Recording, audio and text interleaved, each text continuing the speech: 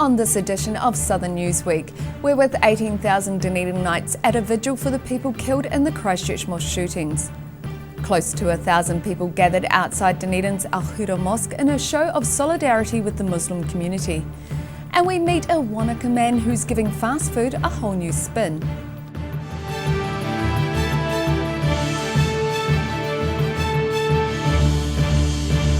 Kia ora, I'm Melissa Barton. The call to prayer echoed across a packed Forsyth Bar Stadium in Dunedin last week. As the sun set, members of the Dunedin Muslim community knelt in silent worship surrounded by the flickering candles of a city united in support. The Islamic call to prayer filling Forsyth Bar Stadium last night.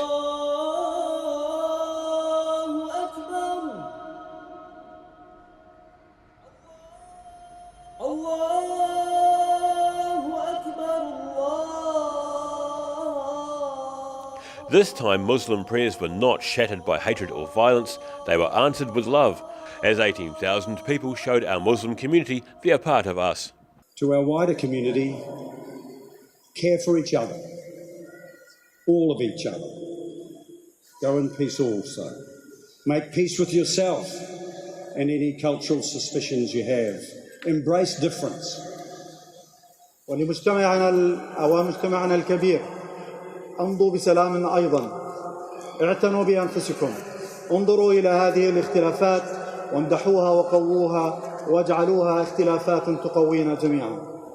The crowd spread out across the stadium pitch and filled the Mitre 10 stand for Dunedin's civic vigil. Dunedin North MP Dr David Clark says it's a blessing to see so many people lighting up dark times. Assalamu alaikum. Really moved to be here at the stadium tonight with so many thousands of Dunedinites who are out in support and solidarity with those who have lost loved ones and those who are grieving. Before the vigil began, more than 10,000 students and staff sent a powerful message of solidarity as they walked in spine-tingling silence from the University of Otago to the stadium. Dunedin Mayor Dave Cull urged the crowd to forget the perpetrator and his poisonous beliefs and focus on showing aroha to all. If we don't forge goodness out of this evil, light out of the darkness and friendship out of suspicion and enmity, then the forces of hate have triumphed. 50 candles were lit for the victims of last week's Christchurch massacre by representatives of Dunedin organisations. Muslim community representative Dr Mai Tamimi gave a direct message for her Muslim sisters, with her words being translated. Stand up high. Put your head up high. It was a sentiment echoed by Otago Muslim Association Chairman Mohammed Rizwan as he thanked the crowd and the city for its support. The stadium vigil was organised by the Dunedin City Council and the Otago University Amnesty International Group. In Dunedin, the South Today. Close to 1,000 people gathered outside Dunedin's Al Huda Mosque to remember those who fell victim to last Friday's terror attack in Christchurch. Those gathered were welcomed with a karakia ahead of a national call to prayer and 2-minute silence to remember those killed in one of New Zealand's darkest days. Dunedin's Muslim community gathered inside the mosque at Clyde Street this afternoon for Friday prayers, exactly 1 week after the Christchurch mosque shootings. Close to 1,000 others gathered outside to show their support, warming the heart of Reverend Wayne Takawa. I learned last year that Islam is a religion of peace, and I love coming to the mosque, sitting in their prayers at the stadium. When the call for prayer went out, I lined up with them. I didn't have a prayer mat, but they put a prayer mat in front of me, and there's a peace that I feel in their prayers that I didn't feel in my own church. Many of the women gathered outside the mosque were wearing a hijab as a mark of support for their Muslim sisters. Local woman Zara Mohammed says the show of support is well appreciated. Oh, it's amazing. Honestly, I was at a loss for words. I showed up and it was quite overwhelming in the best sense of the word, and it means that even through all this hate and what's happened, that we're accepted, and it's made us feel valued and loved and part of the community. So yeah, it was wonderful. There was a hushed and mournful atmosphere ahead of a karakia and haka.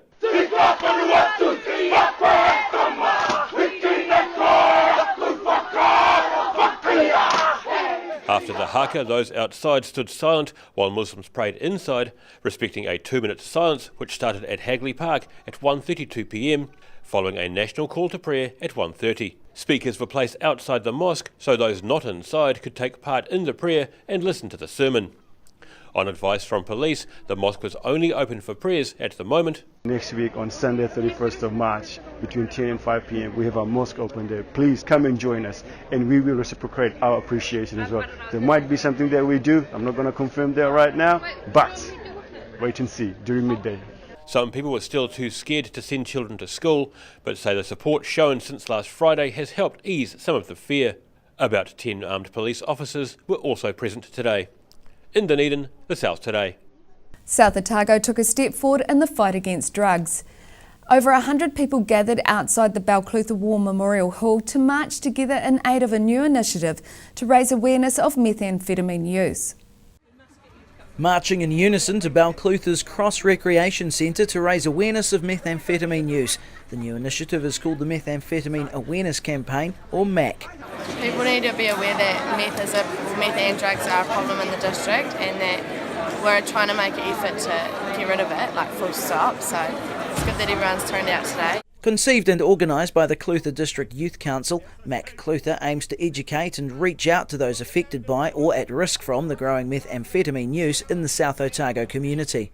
I feel like people aren't aware at all. My nana, who's older, she had no idea it was a problem, so it's good to get everyone in the district aware about it, and hopefully again we can stop it forever, hopefully, yeah. Drug Education Trust Amped for Life made the journey south for the event. Founder Pat Buckley travels the country telling his story and illustrating the consequences of using meth and other drugs following his own journey through addiction. We're aware that methamphetamine crosses all borders and it's worked its way down in the south, and so we just wanted to put our hand up as a resource and go, do you know what, we actually want to contribute to what's going on here. The Youth Council hope to maintain the momentum generated by the event with further initiatives planned for the future. In Balclutha, the South Today. A Hungarian chef is putting a unique twist on the meaning of fast food. The Wanaka local has modified a tricycle, which he's using as a mobile hot dog stand. What do you do in your spare time if you're a chef in a Wanaka cafe? Well, cycle around town cooking and selling hot dogs made to a Hungarian recipe, obviously. At least that's what Hungarian chef Gergely Nagy has been doing over summer. So we're serving mainly sausages. It's just a grilled sausage. So it has that little crisps when you bite on it. It's locally made by the butcher's block. He's designed and built his mobile barbecue single-handedly and has overcome the problem of hills by adding an electric motor capable of handling all but one of Wanaka's steepest streets. There were not much plans, so I had to start the whole thing from scratch. That's kind of a unique thing, so couldn't really get any plans and had to design the whole thing. Nagy and his mobile barbecue are becoming a fixture at local functions and are set to be on hand at the new Wheels at Wanaka show at Easter, serving his unique brand of hot dogs. We got all different toppings here, sauerkraut and pickles, and yeah, it's just something simple but in a good way, good quality. And when summer's over, he plans to set up at the bottom of the local ski fields, hoping to tempt the taste buds and cash in on Wanaka's winter tourists. In Wanaka, the South Today. Still to come on this edition of Southern Newsweek, we catch up with the Prime Minister as she visits an Islamic Dunedin kindergarten. And we chat with a former Dunedin musician who returned to the city to leave a musical memento for friends and family.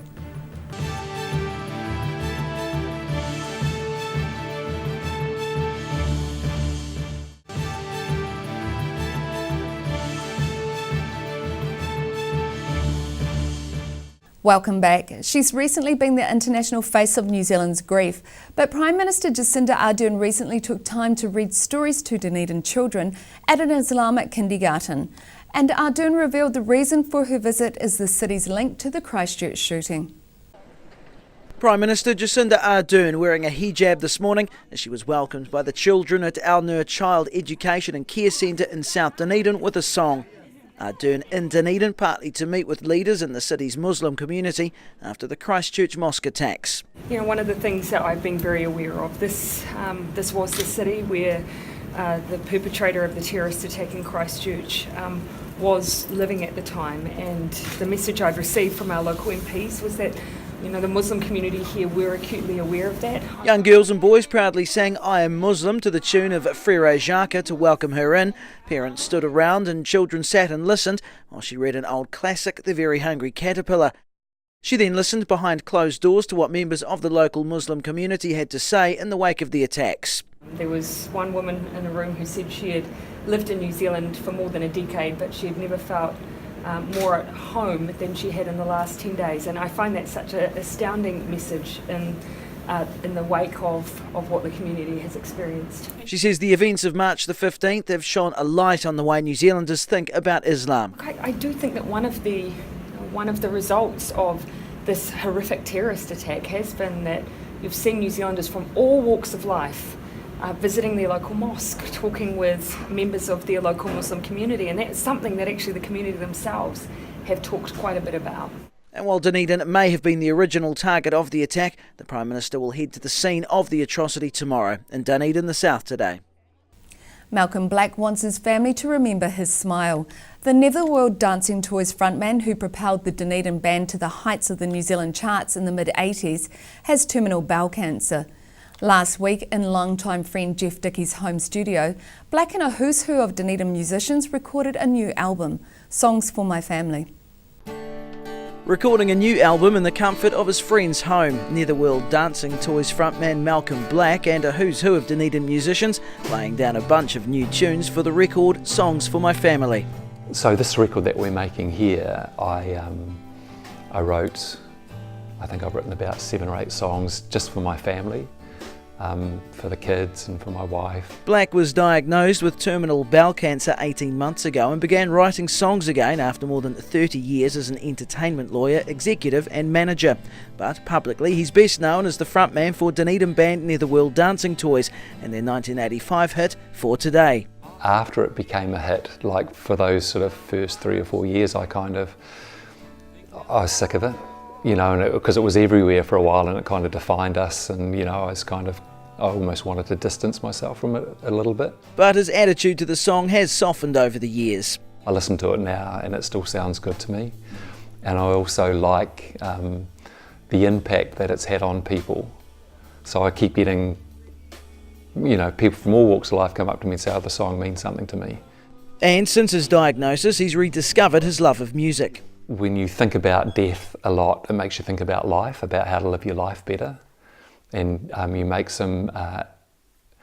it instantly prioritises what's important in your life. Now he's set for one last show, he and the band recording his new album, set to make a one-off appearance at the Captain Cook tonight. Admission to the show is by donation, with all proceeds going to cancer research at Otago University in Dunedin, the South Today. With love. Timaru is set to enter a musical time warp this weekend.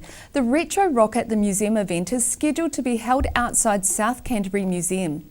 Timaru was rocking this time a year ago, and they're set to do it all again when the Retro Rock at the Museum kicks off again this Saturday.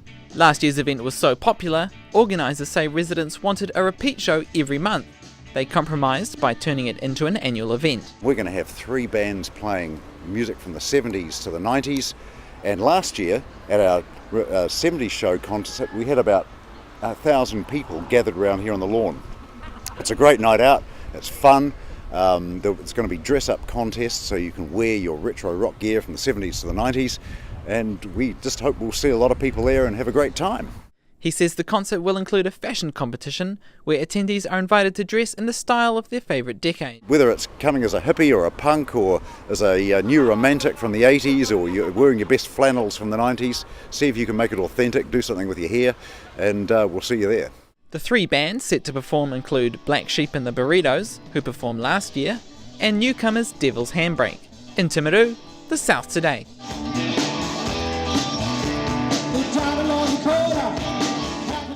After the break on this edition of Southern Newsweek, we meet a man who's on a mission to bring the recorder back to coolness and popularity. And Wanaka will soon have a new space to enjoy as the Upper Clutha Community House in McDougall Street begins to take shape.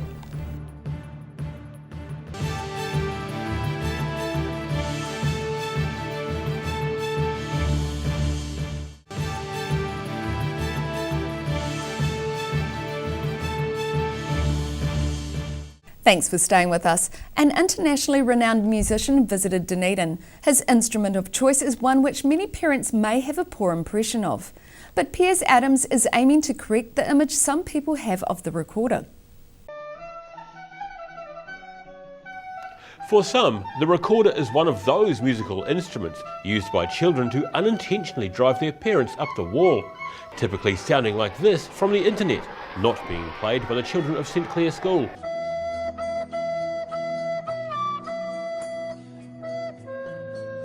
But Piers Adams is one of the world's top recorder players and is dedicating his professional life to creating a whole new appreciation of the instrument. He shared his passion for the recorder with pupils of St Clair School. And I think it's been great for the recorder. Everybody knows what a recorder is, but on the other hand, in terms of its sort of more serious reputation, then it's affected that a lot, because that's all that people think a recorder is, a plastic squeaky thing that they'd rather their children didn't get out at home. Adams admits recorders driving parents round the bend is a global issue, but it's one he's trying to fix. As well as visiting schools, he's in Dunedin to perform with his British Baroque ensemble, Red Priest. We do kind of Baroque with a bit of an edge and a crossover, and it's been something we've been doing for over 20 years now. It's been fun. We go all around the world with it. Many of the children of St Clair in visiting schools were spellbound by the range of flutes played by Adams, with one youngster even asking, "How do you play so fast?"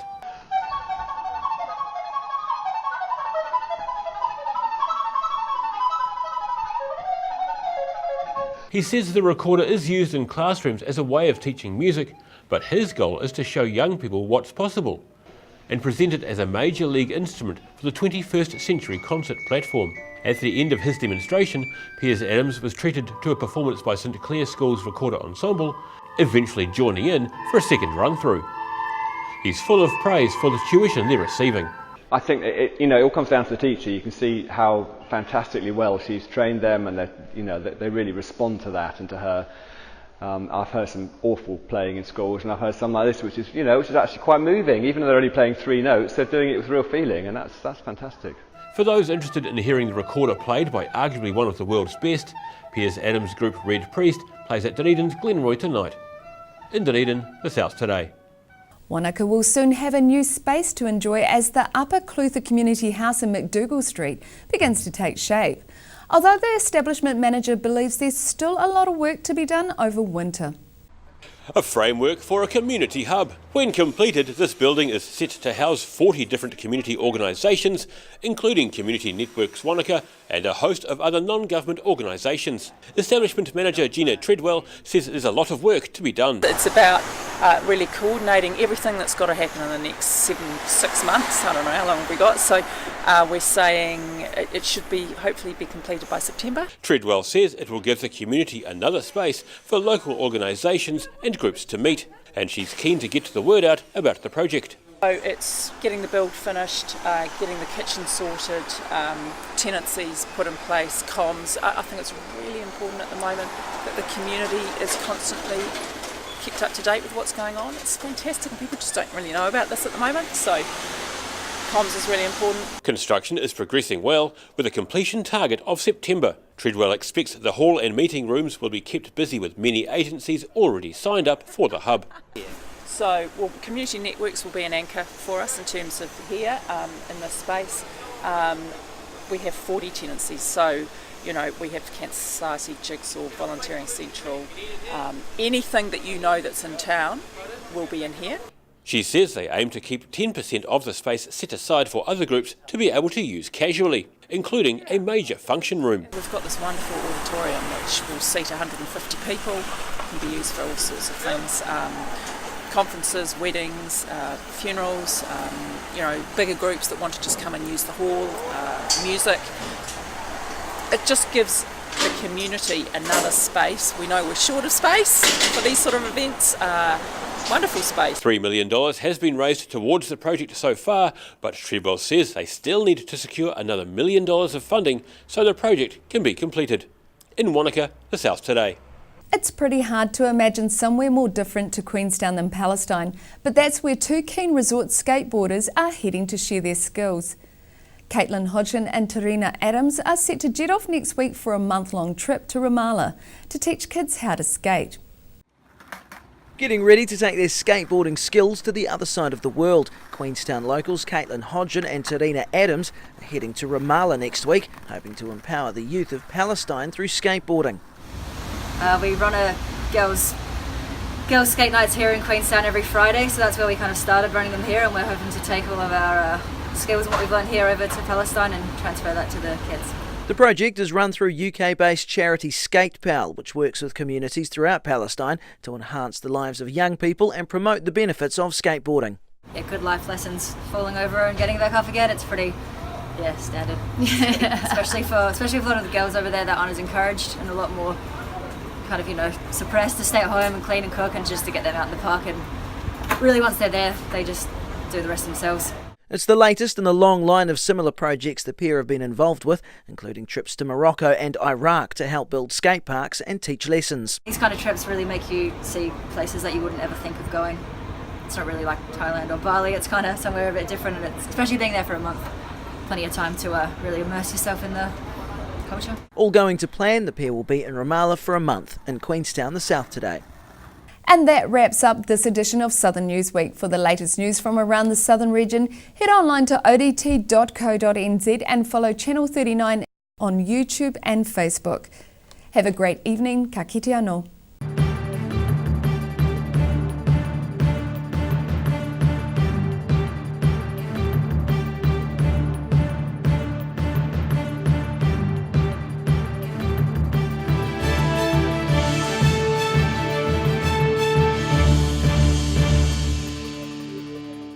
Supporting local content so you can see more of New Zealand on air.